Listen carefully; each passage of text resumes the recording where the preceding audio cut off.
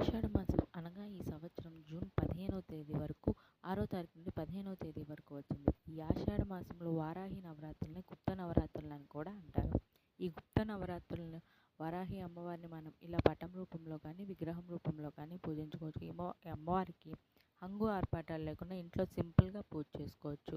పానకం, బెల్లం, దానిమ్మకాయ గింజలతో పూర్తిగా చిన్న నైవేద్యం.